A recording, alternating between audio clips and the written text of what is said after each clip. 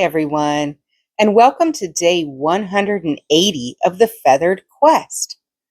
Today's bird of the day is the Dickcissel. In breeding season, they're all about personal space.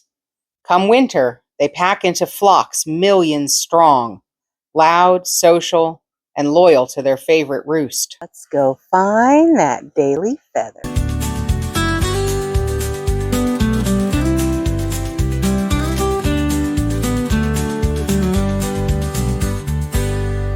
Thanks for coming along with me today, guys. Remember, you are loved, and the world is full of wonder.